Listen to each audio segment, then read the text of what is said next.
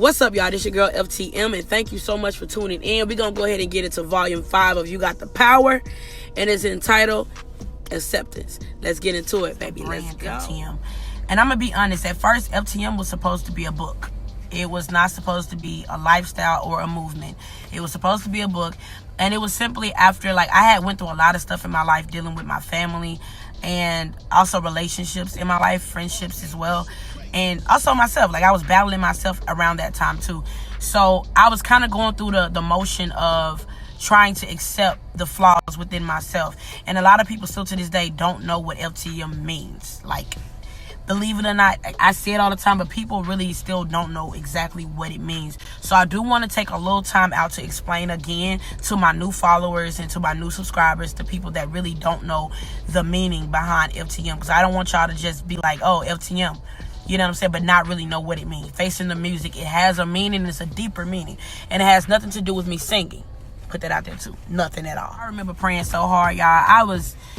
Listen, I had tears rolling down my face. And it's kind of like I had an out-of-body experience. Not really. And I was refusing to point at myself in that mirror and say, but you did this to myself.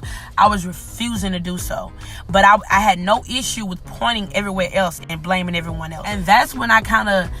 The more that things in my life was going wrong, I kind of understood the definition and the meaning behind accountability. And that's when I really, really, really got in tune with myself. And I had to understand, like, hey, Steph, you cause some things in your life too. It's not just the other person. It's not just other people. Take accountability for the part that you play. And that's how Facing the Music came. This is not as easy as it seems. Like, that's with anything, because I have a problem with accepting bad things. Like, something bad can happen to me and I'll be literally trying my best not to even pay attention to it. I try to run from it, because yes, I run from things, and that's like one of the flaws that I'm trying my best to overcome and be better in. But that's like a flaw of mine. I don't know how to accept bad things off the bat. I will run first. And then I'll pray about it, you know what I'm saying? I'll let it register. Then I'll come back and be like, all right, so this is what I'm dealing with. So acceptance is something very important, but also I struggle with accepting myself at one point in time in my life. And it was like, I didn't accept me, so I was trying to become what others wanted me to be so that they would accept me. And that was my biggest downfall in my life out of 26 years of living, truthfully. Asking all them questions. Why you asking all them? Let's go ahead and get into the first question. The first question was, how do you find confidence and courage to leave a relationship, a friendship, family, or a job, a city, state, whatever? Like, how do you find confidence and courage to do so? Let me remind you that when I answer these questions, y'all, it's coming from a personal experience. And if I have not experienced it before, I put myself in your shoes and I tell you exactly what I would do. So I would never say anything that I wouldn't do or have not done. I will not give y'all bad advice, I promise. Okay? All right. So how do you find courage in that? First, let me just tell you something. The first thing that I do anytime that I'm about to make any type of move is I pray first, because you can't move without God. See, the thing is that we fail at life and we fail in life and we keep falling down and wondering why we keep falling is because we try to move without God. You can't do nothing without him. So my first step to do anything is to pray and seek him so that he may lead and guide my footsteps. I have to truly believe that in the mess comes a blessing. I say this all the time. To make a change in your life, it's a commitment. And if you're not ready for all of the trials and tribulations that the commitment is going to bring you, because you will be uncomfortable. It will be outside of your comfort zone. It will be something new, something different, something fresh for you. So, of course, you're not going to be rooted and grounded in your comfort. So a lot of times when we're not comfortable, we freak out, okay? And if you're anything like me, I have bad anxiety. And if anything is not what I'm used to, I will freak out. But it's all about your faith in God, because you have to believe that in your test, it's a blessing.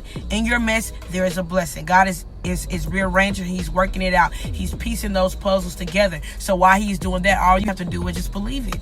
All you have to do is have faith in him and let him do the work, and you stand still and let him fight that battle for you. But you have to be okay with being uncomfortable. Finding courage and confidence to leave relationships or friendships. The biggest failure that I would say that I went through was not understanding the difference between temporary and permanent. Or food have expiration dates, but people do too. And a lot of times we let people overstay their welcome. And they stay and they rot. And not only do they rot, they damage us in the process. So we got these people in our lives with mold on them.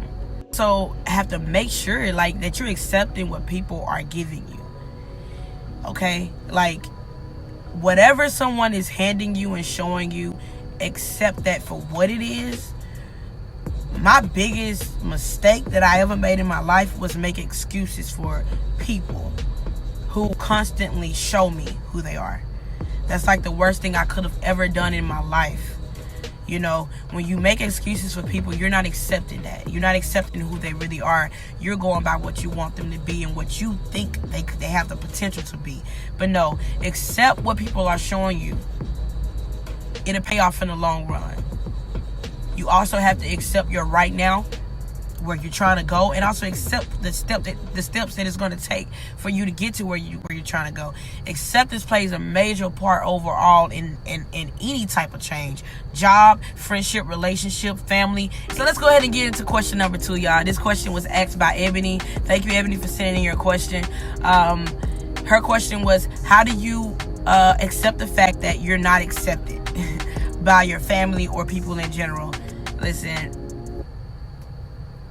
I'm going to keep it plain and simple with you. You can't care. I've gone through that stage in my life where I was not accepted. And I cared for so long, y'all. And I'm telling you, caring about certain stuff will drain you. You cannot care about who don't accept you for your authentic self. Because it's like when you care, you be working so hard, too, to be accepted. Like you putting all that work in for people to accept you.